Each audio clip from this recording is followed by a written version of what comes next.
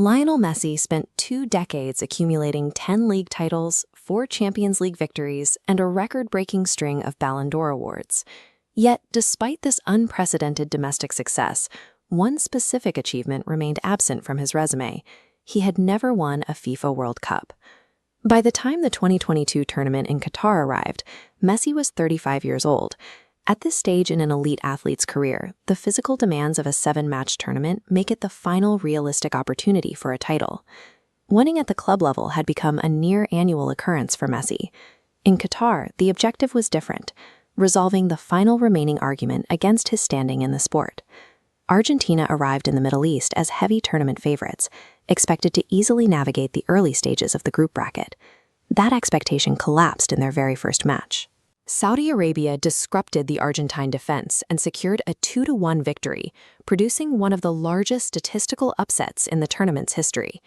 The response from the global press was immediate.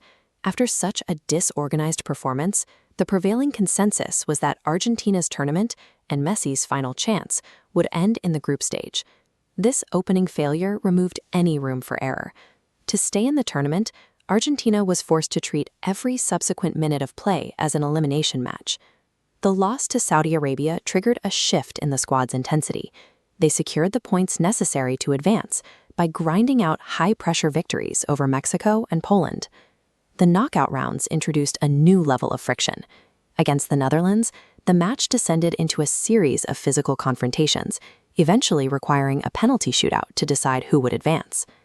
After that emotional peak, the semi-final against Croatia saw a return to composure. Messi controls the pace of the game, leading a 3-0 victory that secured their place in the final. Surviving the early loss and the high-tension matches against European opponents changed the squad's profile.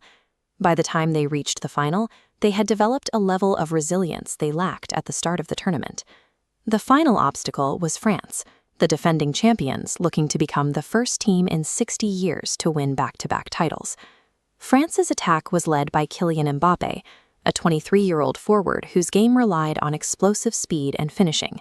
He represented the immediate future of the sport, positioned to take over the mantle from the aging Messi. For the first 80 minutes, Argentina dominated.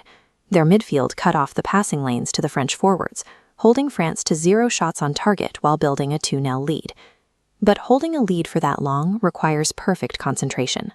A brief lapse in the closing 10 minutes gave the French offense the opening they needed to change the game. This graph shows Argentina's sudden collapse. In 97 seconds, Mbappé scored twice, making it 2-2. In extra time, Messi scored in the 108th minute, momentarily reclaiming the lead. But 10 minutes later, Mbappé's penalty completed a hat-trick, tying the match 3-3 as time expired. The constant shifts in momentum during those final minutes created a match that defied tactical planning. After 120 minutes of play, the two most dominant teams in the world could not be separated by anything other than a penalty shootout. In a penalty shootout, the outcome of a 4-year cycle is reduced to 5 individual kicks. There is no room for tactical adjustment, only the ability to perform under the maximum possible pressure. Argentina's goalkeeper made the necessary saves, while his teammates remained clinical from the spot. France, despite Mbappé's individual brilliance, fell short in the final moments. The moment the winning penalty was confirmed, years of professional pressure and international criticism were replaced by a single image of celebration on the podium. In Buenos Aires, the response was a level of public celebration that the country hadn't seen in nearly 4 decades. By winning the most difficult match of his career, Messi secured the final prize available to him.